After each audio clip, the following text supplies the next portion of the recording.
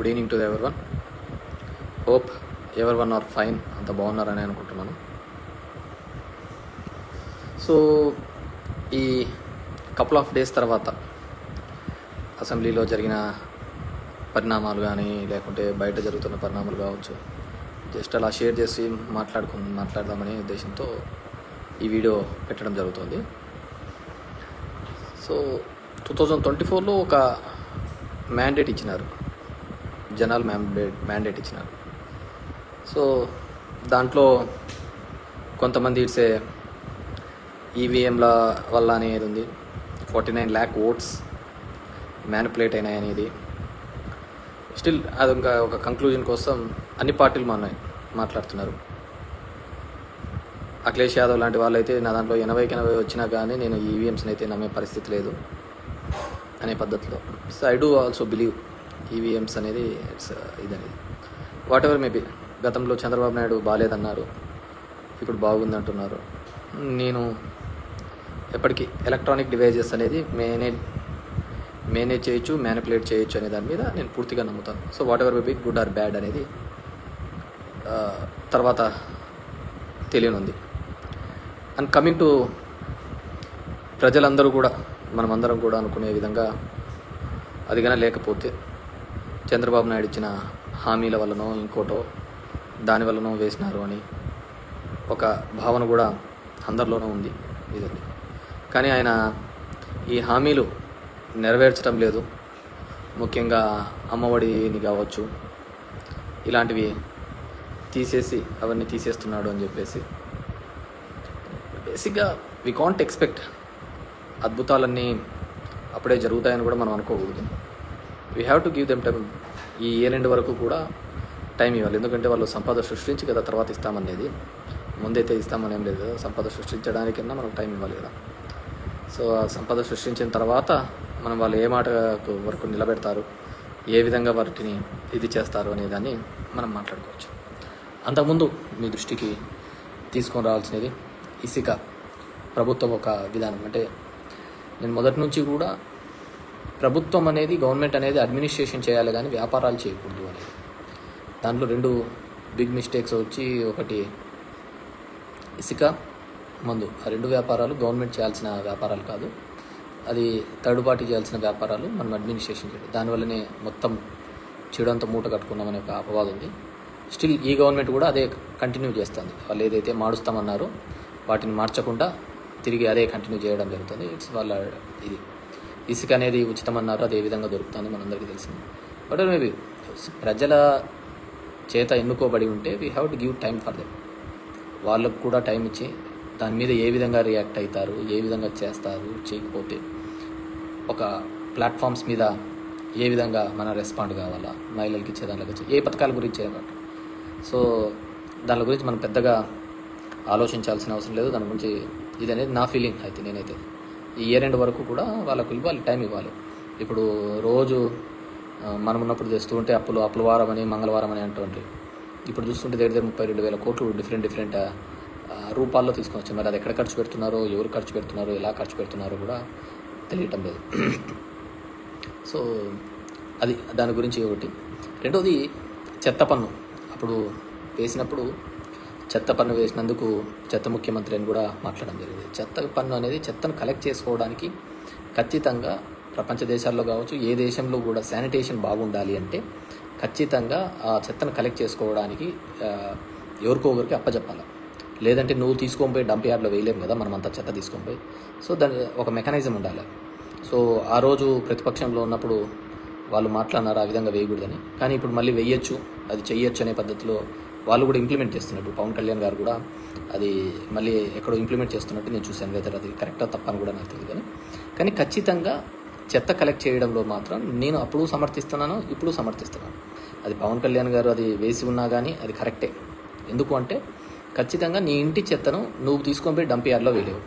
ఎవరో third party తీసుకోవాలా, తీసుకొని పోయి అది తడి చెత్త పొడి చెత్తగా వేరు చేయాలా, దాన్ని సాగ్రిగేట్ చేసుకొని తీసుకోకపోతే దానివల్ల ఏదైనా ఉపయోగం ఉంటుంది.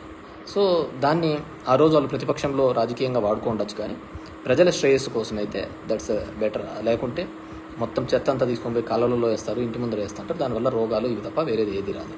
సో సో అది ఆ రోజు వాళ్ళకి తెలియకపోయి ఉండొచ్చు, తెలిసి ఉండొచ్చు, కానీ రాజకీయంగా ఏదో ఒకటి నింద అనేది వేస్తున్నారు. ఇప్పుడు మళ్ళీ ఇంప్లిమెంట్ చేస్తున్నారని నేను అనుకుంటున్నాను. ఆ విధంగా చేస్తేనే దానివల్ల ఉపయోగం ఉంటుంది. రెండోది వచ్చి ద మెయిన్ వచ్చి రీసర్వేకి అదేదో జరిగిపోతుందని వద్దు అని చంద్రబాబు నాయుడు చెప్పినారు, అవన్నీ క్యాన్సిల్ చేస్తున్నాను, క్యాబినెట్ అప్రూవ్ అన్నారు, మళ్ళీ నేను చూస్తే మళ్ళీ అది కంటిన్యూ చేస్తున్నామని చెప్పడం జరుగుతుంది. రీసర్వేకి సంబంధించి నిర్మలా సీతారామన్ తన బడ్జెట్ స్పీచ్లో కూడా చెప్పడం జరిగింది. ఇవి కొన్ని రిఫార్మ్స్ తీసుకొని రాకపోతే కష్టమని, పట్టణ ప్రాంతాల్లో అయితే GIS అని, జియోగ్రఫికల్ ఇండికేషన్ సిస్టమ్ అని, ఇక్కడైతే రీసర్వే అని, టైటిలింగ్ యాక్ట్ అని ఇలాంటివి తీసుకొని రావాలని, అప్పుడైతేనే మేము కొద్దిగా లోన్స్ ఇవ్వగలుగుతామనే పద్ధతిలో వాళ్ళు మాట్లాడడం జరిగింది. సో ఎందుకు నేను చెప్తున్నానంటే, ఉదాహరణకు మా అనంతపూర్ జిల్లా లాంటి జిల్లాల్లో సర్వే నెంబర్ 50 ఉదాహరణకు ఉంటే ఆ 50లో ఉండాల్సినది 70 ఎకరాల ఎక్స్టెంట్ అయితే 150 ఎకరాలకు పాస్బుక్లు ఉంటాయి. దాంట్లో ఎవడు భూమి మీద ఉన్నాడో, ఎవడు బ్యాంకు లోన్ కోసం దొంగ పాస్బుక్లు పెట్టుకున్నాడో కూడా ఎవరికి తెలియదు. ఆ విధంగా మా జిల్లాలో దగ్గర 25 లక్షల ఎకరాలకు ల్యాండ్ కంటే ఎక్కువ పాస్బుక్స్ ఉన్నాయి. అవన్నీ ఫిల్టర్ కావాలి, అవన్నీ క్లియర్ కావాలంటే ఖచ్చితంగా రీసర్వే తప్ప వేరే దారే లేదు. అది 100 years బ్యాక్ మనకు ఒకసారి రీసర్వే జరిగింది బ్రిటిష్ కాలంలో. మళ్ళీ ఇప్పుడు రీసర్వే జరుగుతుంది. అంటే భూమి ఎంతైతే ఉన్నామో, ఫీల్డ్ లెవెల్లో ఎంతైతే భూమి ఉంటుందో వాటిని గుర్తించి చేయడం. కానీ పొలిటికల్గా వాడుకొని వాటిని ఆ విధంగా చేయకూడదు, రీసర్వే అనేది నిలిపేస్తాము, దీనివల్ల అందరికీ ఇదని, మీ భూములన్నీ జగన్మోహన్ రెడ్డి తీసేసుకుంటాడని ఒక కంప్లీట్ ఒక నెగిటివ్ ప్రచారం అయితే మొదలు పెట్టడం జరిగింది. ఏ విధంగా తీసుకుంటాడు జగన్మోహన్ రెడ్డి? పేదలకు ఇచ్చిన భూములే రిజిస్ట్రేషన్ చేసి ఇచ్చినాడు. అలాంటిది ఏ విధంగా తీసుకుంటాడు అనేది కూడా ఆలోచించలేరు అనుకుంటే డెఫినెట్గా నిజం నోరు దాటే లోపల అబద్ధం ఊరంతా చుట్టేసుకొని వచ్చినట్టు జరగాల్సిన నష్టం జరిగిందనేది అందరి యొక్క భావన. కానీ రీసర్వే లాంటివి డెఫినెట్గా ఇట్స్ అ రిఫార్మ్, అలాంటివి జరిగే తీరాలి. ఎందుకంటే దానికి గవర్నమెంట్ షూరిటీగా ఉంటుంది నీ టైటిల్కి. దానివల్ల 95% సివిల్ పంచాయతీలు, సివిల్ కోర్టులో డిస్ప్యూట్స్ అన్నీ తెగిపోతాయి. ఫీల్డ్ మీద భూమి లేకుండా చాలా పాస్బుక్స్, ఇప్పుడు మా జిల్లా చూస్తే 50 లక్షల ఎకరాలకు ఉదాహరణకు భూమి ఉంటే ఫీల్డ్ లెవెల్లో 75 లక్షల ఎకరాలకు పాస్బుక్లు ఉన్నాయి. సో అవన్నీ ఫిల్టర్ ఏ విధంగా అవుతాయి? కాబట్టి వాటన్నిటినీ కూడా ఏ విధంగా చేస్తారు అని అంటే మళ్ళీ రీసర్వే ద్వారానే అవన్నీ రెక్టిఫికేషన్ అనేది కావడం జరుగుతుంది. లీగల్ డిస్ప్యూట్స్ అన్నీ పోవాలి అంటే, కానీ దానిలకు కూడా తప్పు పట్టడం జరిగింది. సో అందుకే నేను చెప్తున్నాను కదా, ఏమేమి చెప్పారు, ఏదేది చెప్పారు, ఇవన్నిటినీ కూడా అందరము కూడా పొలిటికల్, సరే ప్రజలకు ఆవేదన ఉండే ఉంటుంది. సో నాకు అది చూస్తున్నప్పుడు ఈ ప్రస్థానం సినిమాలో సాయి కుమార్ డైలాగ్ గుర్తుకొస్తుంది, ప్రతి మనిషిని కదిలించేది ఒక ఆశ ఒక్కటే అని. ఆ విధంగా ఆ ఆశతోనో కోరికతోనో కొత్తగా ఏమైనా మంచి జరుగుతుందని ఒక ఆలోచనతో చేసింటారు. So we have to give time, ప్రభుత్వానికి కూడా మనం టైం ఇవ్వాలి. టైం ఇచ్చిన తర్వాత వాళ్ళు కూడా ఈ ఇయర్లో కూడా చేయలేకపోతే సరే, ఒక ఫైనాన్షియల్ ఇయర్ అంతా అయిపోయినా కానీ నువ్వు చేస్తూ ఉన్న హామీలు ఏమైనాయి, సంపద సృష్టిస్తాను. ఇప్పుడు అమరావతి అనే దాంట్లో ఒక్కొరికి ఒక కన్ఫ్యూజన్ అనేది, కొంతమంది లోన్ అంటారు, కొంతమంది గ్రాంట్ అంటారు, కొంతమంది మేము చూసుకుంటామని చెప్పేసి ఫైనాన్స్ మినిస్టర్ మేము అని చెప్పి లోన్ కిందకి వస్తుంది. డిఫరెంట్ బ్యాంకింగ్ సెక్టర్, ఏఐబి కావచ్చు, ఎక్స్టర్నల్ ఎయిడెడ్ బ్యాంక్ EAB గురించి కావచ్చు, వరల్డ్ బ్యాంక్ గురించి కావచ్చు, డిఫరెంట్ బ్యాంక్స్ నుంచి ఇప్పిస్తాము అని అన్నారు. మరి అది ఏ విధంగా ఇప్పిస్తారనేది ఇంకా ఇంతవరకు గైడ్లైన్స్ రాలేదు. సో ఆ విధంగా ఉంది. దానిల మీద కూడా క్లారిటీ లేదనమాట. సో ఓవరాల్గా we have to give, because మనకు చేస్తామనేది ఎటువంటి ట్యాక్సేషన్ లేకుండా, కొత్తగా ట్యాక్సులు విధించకుండా, పెంచిన కరెంటు ఛార్జీలు తగ్గిస్తామని, పెరిగిన ఛార్జీలు తగ్గించి, ఎటువంటి ట్యాక్స్ లేకుండా సంపద సృష్టించి వాటి ద్వారా పథకాలు ఇస్తామని చెప్పేసి. సో మనం 2 నెలల్లోనే అద్భుతాలు జరుగుతాయనుకోవడం కూడా తప్పే, అద్భుతాలు చేస్తారనుకోవడం కూడా తప్పే. సో అది చంద్రబాబు నాయుడు గారు చేస్తారనేది ఇంకా పెద్ద తప్పవుతుంది. So we have to give time for them. And దాని లోపల కొన్ని చోట్ల ఈ గొడవలు కానీ ఇలాంటివి కానీ ఇట్స్ ఎ గుడ్ కల్చర్ కాదు అనేది మా భావన. ఎందుకంటే మనం వేసిన బంతి మళ్ళీ తిరిగి బౌన్స్ బ్యాక్ అవుతూ ఉంటుంది దాన్ని. సో అది మళ్ళీ వెనక్కి వస్తూ ఉంటుంది. సో అది చాలామంది మనల్ని ఎంకరేజ్ చేయొచ్చు, ఎంటర్టైన్ చేయొచ్చు, ఇలాంటివి చేయండి అని చెప్పేసి. మళ్ళీ అది రివర్స్ వచ్చినప్పుడు వాళ్ళు ఎవరు మనకు కనపడరు అనమాట. సో అవన్నీ కూడా మనం జాగ్రత్తగా, మన మాట తీరు, మన ఇదన్నీ కూడా జాగ్రత్తగా ఉంటే మనకి కూడా బాగా పీస్ఫుల్గా ఉంటుంది అనమాట.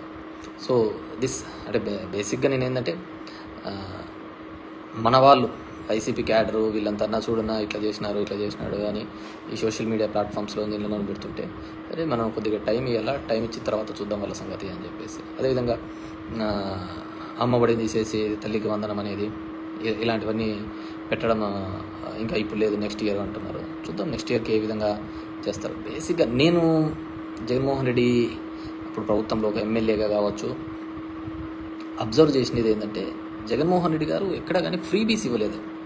అందరూ ఏం చేస్తున్నారంటే ఉచితంగా పథకాలు పంచుతున్నాడు అనే ఒక తప్పుడు భావం తీసుకొని రాగలిగినారు. కానీ ఆయన ఎప్పుడూ కూడా ఉచితంగా పథకాలు ఏది ఇవ్వలేదు. అమ్మఒడి ఇచ్చినాడు అంటే స్కూల్లో పోయే డ్రాప్ అవుట్స్ తగ్గినాయి, స్కూల్లో జాయిన్ అయ్యే వాళ్ళు పర్సంటేజ్ పెరగడం జరిగింది. నాడు నేడు చేసినారంటే ఒక గవర్నమెంట్ ఇన్స్టిట్యూట్ని డెవలప్ చేసే కార్యక్రమం చేసినారు, ప్రైవేట్ ఇన్స్టిట్యూట్ని కాకుండా ఇది. సో అది అమ్మఒడికి అనేది ఉపయోగపడింది. విద్యా దీవెన, వసతి దీవెన అంటే హైయర్ ఎడ్యుకేషన్లో చదువుతున్న పిల్లలకు ఉపయోగపడింది. సో వాళ్ళందరికీ అర్థం కాలేదు హైయర్ ఎడ్యుకేషన్లో చదివే దాంట్లో ఆ డబ్బులంతా జగన్మోహన్ రెడ్డి ఫీజుల రూపం ద్వారా మన అమ్మ అకౌంట్లోకి వేస్తున్నాడు అనే విషయాన్ని గుర్తించలేకపోయి ఉండొచ్చు, ముఖ్యంగా దీనిలో యువతకు చూస్తే. అదేవిధంగా మహిళా సంఘాలకు డబ్బులు ఇచ్చినాడు అంటే ఎస్, అంతకుముందు రుణమాఫీ అనే పేరుతో ఎక్కడైతే మోసపోయిన మహిళా సంఘాలు ఉన్నాయో అవి ఏ గ్రేడ్ నుంచి డి గ్రేడ్కి వచ్చినాయి. దాన్ని మళ్ళీ అప్లిఫ్ట్ చేయడానికి కోసమే దాన్ని డి గ్రేడ్లోకి నుంచి ఏ గ్రేడ్లోకి తీసుకొని రావడం జరిగింది. 98% రీపేమెంట్ అంతా మనమే చేసినాం కాబట్టి మొత్తం అంతా తీసుకొని రావడం జరిగింది. ఈ విధంగా బ్యాంకింగ్ సిస్టమ్ కావచ్చు, ప్యారలల్గా కావచ్చు, ఒక వ్యవస్థ ఇప్పుడు ఆటోలనే కావచ్చు, అదేవిధంగా నాయ్ బ్రాహ్మణ్స్ కావచ్చు, ఇవన్నీ వ్యవస్థలు ఎక్కడ ఊరికి వెళ్ళాం. ఈ కుల వృత్తులు ఇవన్నిటినీ కూడా ముందుకు తీసుకొని అంతరించిపోతున్న దానికి ఇప్పుడు నేతన్న కావచ్చు, ఇవన్నీ కూడా అంతరించిపోతున్న ఒక వృత్తిని బతికించడం కోసం చేసిన ఒక ప్రయత్నం అంతే. సో దాన్ని అన్నింటినీ ఉచితంగా పనిచేస్తున్నాడు అని చెప్పిన అంతకంతే మించి పంచుతున్నాడు అనేది. అదేవిధంగా ఉద్యోగ కల్పనలో కూడా ఇప్పుడు అందరూ శ్వేతపత్రాలు అందరూ రిలీజ్ చేస్తున్నారు అనమాట, ఎన్ని ఉద్యోగాలు ఇచ్చినారు, ఏమి ఇచ్చినారు అని. అది వాళ్ళ టెన్యూర్లో 14 to 19 ఎన్ని ఇచ్చినారని చెప్పినా కూడా బాగుండేది అనమాట. ఇప్పుడైతే ఒక ప్యారలల్ వ్యవస్థ, అది జగన్మోహన్ రెడ్డి ఉన్నా లేకున్నా, అది ఇంకొక 100 సంవత్సరాలైనా కానీ ఆ సచివాలయ వ్యవస్థ, ఆ సచివాలయాలు అనేది జగన్మోహన్ రెడ్డి గారు ఏర్పాటు చేసినది, అవి జీవితకాలం ఉండే సిస్టమ్. సో దానిలో ఏ విధంగా సబ్సిక్వెంట్ గవర్నమెంట్స్ వాడుకుంటాయి లేదు అనేది వాళ్ళ ఇష్టం.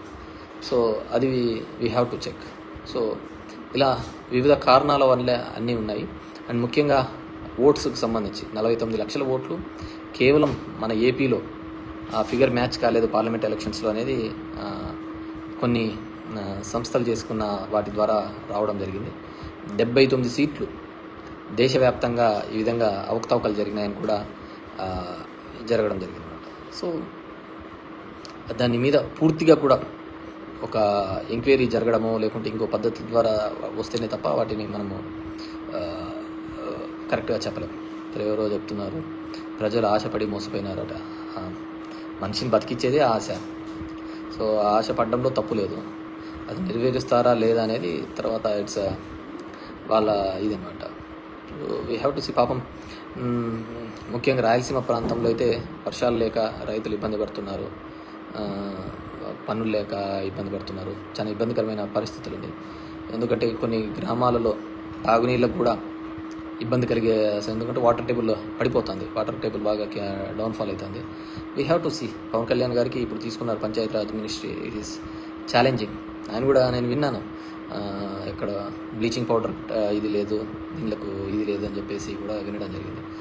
సో జగన్మోహన్ రెడ్డి గారు ఇట్లా ఎప్పుడు కారణాలు చెప్పలేదు. ఎందుకంటే 100 కోట్లు కేవలం 2019లో దిగిపోయేటప్పుడు టైం పెట్టినా కానీ బడ్జెట్లో డబ్బులు లేవు, ఇవి లేవు అని చెప్పలేదు. తన వంతుగా తను చేయాల్సినది కొన్ని రిఫార్మ్స్ తీసుకొని రావడం జరిగింది. ఇప్పుడు మెడికల్ కాలేజెస్ కావచ్చు, పోర్ట్స్ కావచ్చు, హాస్పిటల్స్ కావచ్చు, స్కూల్ ఎడ్యుకేషన్ కావచ్చు, కొన్ని రిఫార్మ్స్. నేను కూడా అన్ని రిఫార్మ్స్ అంత త్వరగా జనంలోకి ఇంజెక్ట్ చేయడం కూడా తప్పే నేను అనుకుంటున్నాను. వీ హ్యావ్ టు ఆ ఫ్లోలో పోతుండాలి. జనాలకి ఏది అనుకుంటారో దాని ఫ్లోలో పోతుండాలి. కానీ వాళ్ళని కొత్తగా మనం నేర్పించాలనే ఒక ప్రయత్నం చేస్తా అంటేనే పెద్ద తప్పు. దానికి బేసిక్ పెద్ద ఉదాహరణ నేనే అనమాట. నాది లైవ్ ఎగ్జాంపుల్.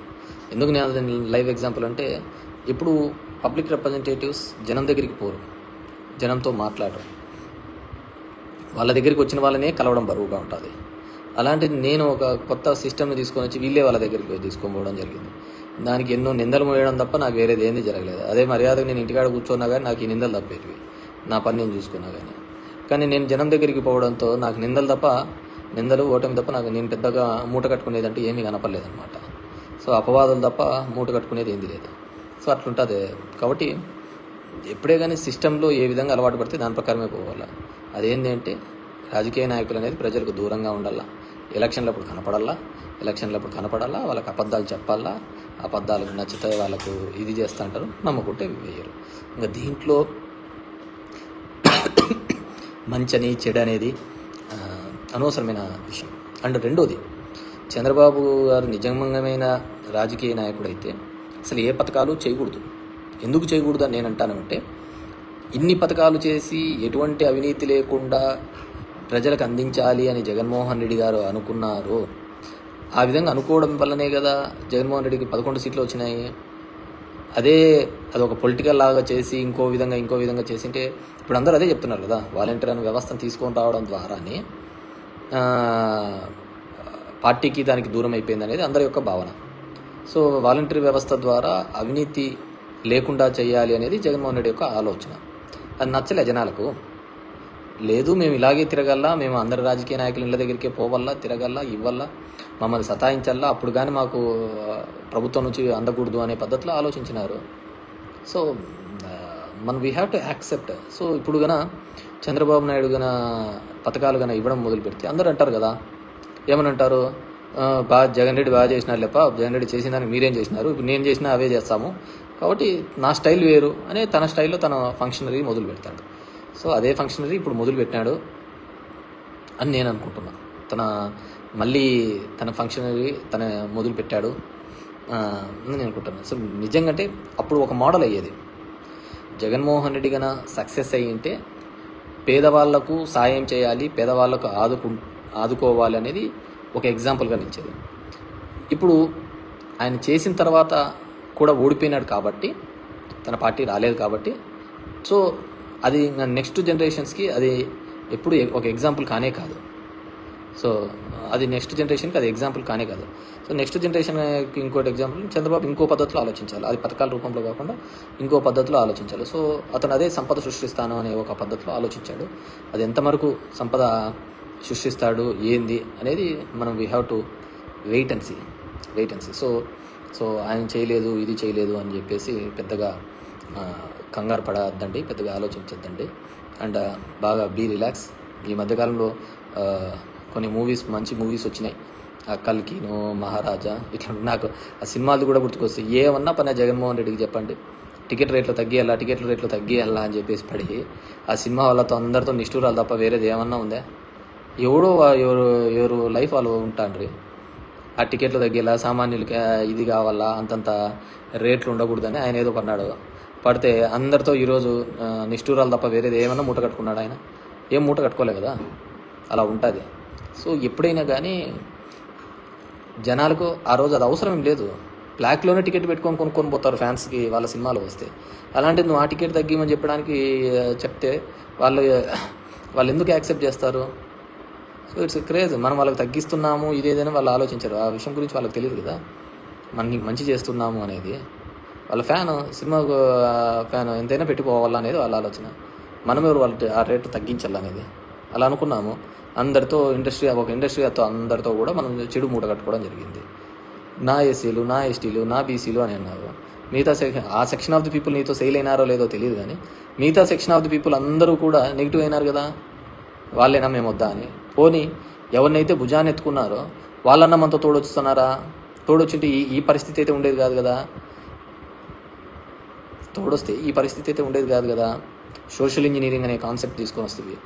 ఓసీలకు జనరల్కి వచ్చిన సీట్లను కూడా బీసీలకు ఇచ్చినాడు. ప్రతి ఇద్దరు వైస్ ఎంపీపీలు ఉంటే ఒక వైస్ ఎంపీపీ ఖచ్చితంగా బీసీ కానీ ఎస్సీ కానీ ఉండాలి, మహిళ కానీ ఉండాలి అన్నారు. సో హీ వాంట్స్ టు ఒక revolution. These are all accept చేసుకోవడానికి పబ్లిక్ లేదు. పబ్లిక్ ట్రెడిషనల్గా వచ్చే పద్ధతినే యాక్సెప్ట్ చేశారు తప్ప ఇవన్నీ వాళ్ళు యాక్సెప్ట్ చేసుకోవాలనే పద్ధతికి ఆలోచించుకోలేదు. అరే మన కోసం ఒకడు ఆలోచిస్తున్నాడు, నా బీసీ, నా ఎస్సీ, నా ఎస్టీ అని మా గురించి ఒకరు ఆలోచిస్తున్నారు అనేది ఆలోచించలేదు. సో ఇట్స్ వర్టికల్లీ పార్టీ లైన్లో డివైడెడ్గా ఉన్నప్పుడు అవన్నీ ఆలోచించలేదు. జగన్మోహన్ రెడ్డి ఆలోచించినాడు. సో ది మిగతా సెక్షన్ ఆఫ్ ది పీపుల్లో అది ఖచ్చితంగా ఒక నెగిటివ్గానే కనపడింది వాళ్ళకు.